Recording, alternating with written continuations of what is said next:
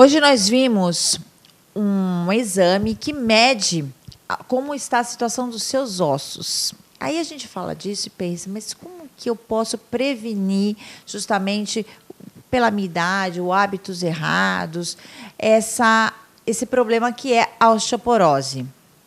Então, eu vim conversar com a nutricionista Karina Budi para ver se a gente consegue, com a alimentação, associar alimentos que eu consiga uma prevenção, porque é um problema sério. Hoje a gente vive mais, a gente vê aí as pessoas atingindo quase 100 anos de idade, né?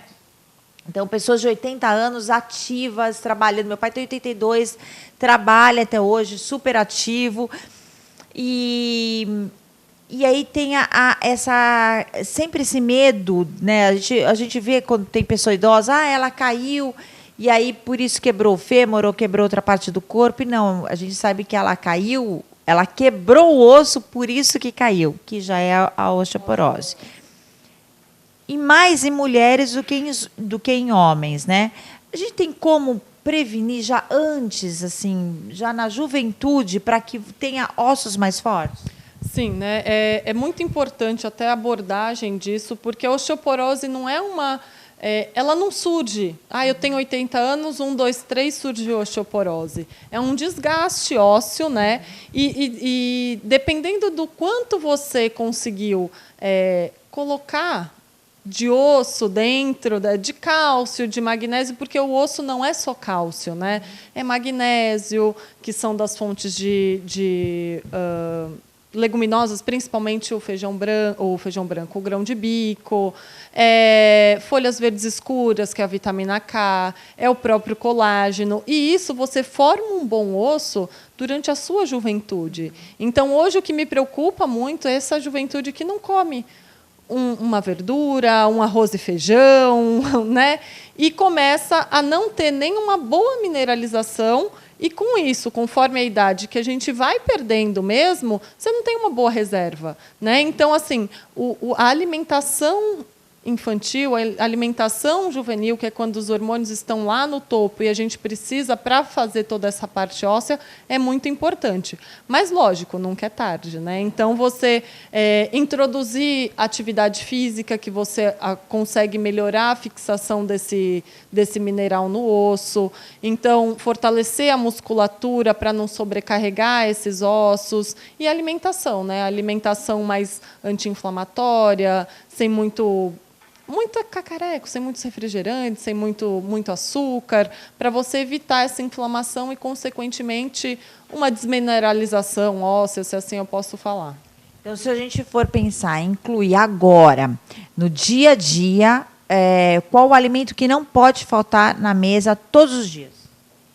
Olha, eu gosto muito do gergelim como fonte de cálcio. Então, meus pacientes que eles me conhecem, eu sempre falo assim: joga uma colherinha de gergelim no seu almoço, na sua salada, que ele é uma fonte rica de cálcio.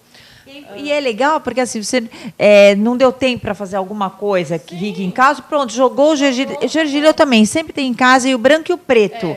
Que o preto é saboroso. Eu tenho uma filha em casa complicadinha para comer assim todas as coisas saudáveis, e ela já adquiriu, ela falou: o preto é mais gostoso. Eu falei: vai no preto mesmo, então. E joga em cima da salada, você não percebe, e fica crocante, mais gostoso. Fica gostoso e fica mais saudável, né? Fica mais saudável, não, mais nutritivo, né?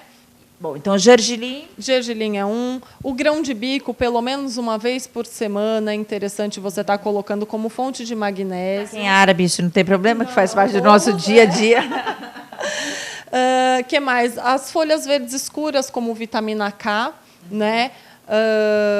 Que mais que você coloca para o osso? Colágeno, né? Porque o osso ele não é duro, ele é elástico. Como o colágeno?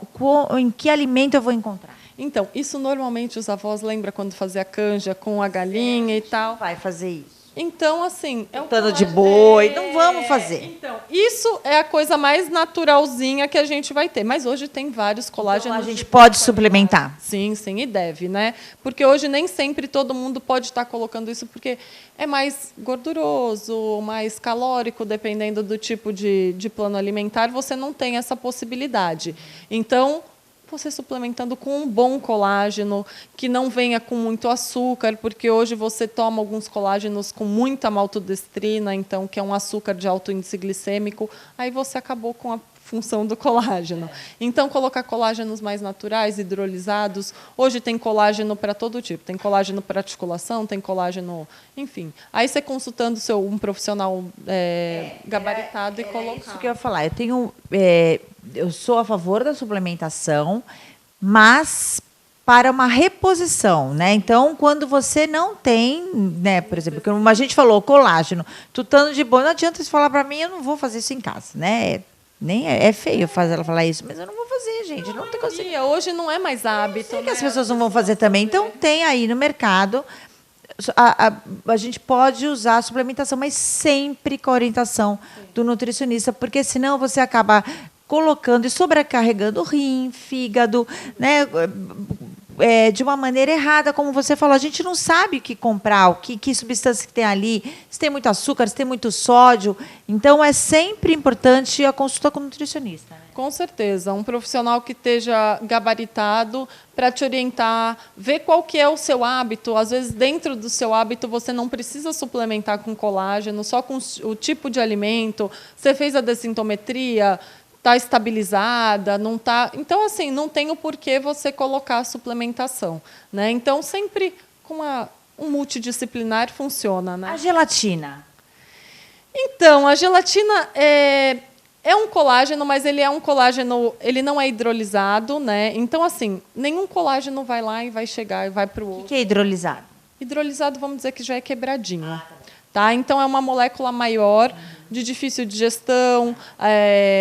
Então, não tem todos os benefícios. E, normalmente, a gelatina teria que ser uma gelatina incolor, né? Sem corante, açúcar e tudo aquilo. Então, às vezes, não adianta você comprar também uma gelatina com todos os cacarecos que vem a gelatina, que você acaba não aproveitando o colágeno da gelatina. Por isso que é importante a suplementação, lembrando com o nutricionista. Eu não vou sair por aí falando, Renata tá falando que eu suplementar a alimentação.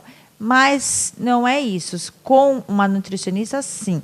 Principalmente os idosos. A gente sabe, os idosos, gente, hoje pode usar dessa facilidade da suplementação. A gente sabe que idoso que perde apetite, né, que não come como antes. Então, se ele tem um acompanhamento com o nutricionista e ele entende que a suplementação é um caminho. Sim, sem dúvida. Ainda mais para idoso, que tem um campo absortivo menor, então eles absorvem menos. Então, às vezes, o frango que está fazendo esse efeito para você, ele não tem uma digestão tão boa num idoso e, de repente, por isso, a gente tem que suplementar com alguma coisa, melhorar essa digestão. Então, assim, o que todo mundo fala, né? Eu costumo falar que a gente não é mais o que a gente come.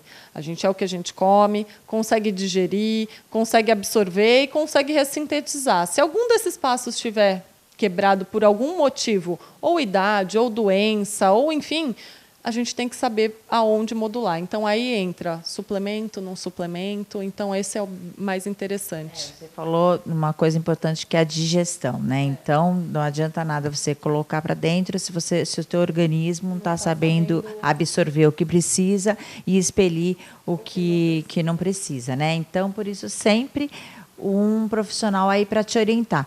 Mas já dá para anotar, né? Dá para incluir as folhas verdes escuras, né? O gergelim, que é super fácil e é gostoso, dá para colocar no franguinho, o empanadinho eu faço, preto e branco gergelim. E se precisar, procure uma nutricionista para suplementar. E eu falei agora do franguinho, já dando uma receitinha. Semana que vem, a gente começa com as receitas da Karina, para vocês verem como colocar na nossa alimentação. Obrigada, viu? Imagina.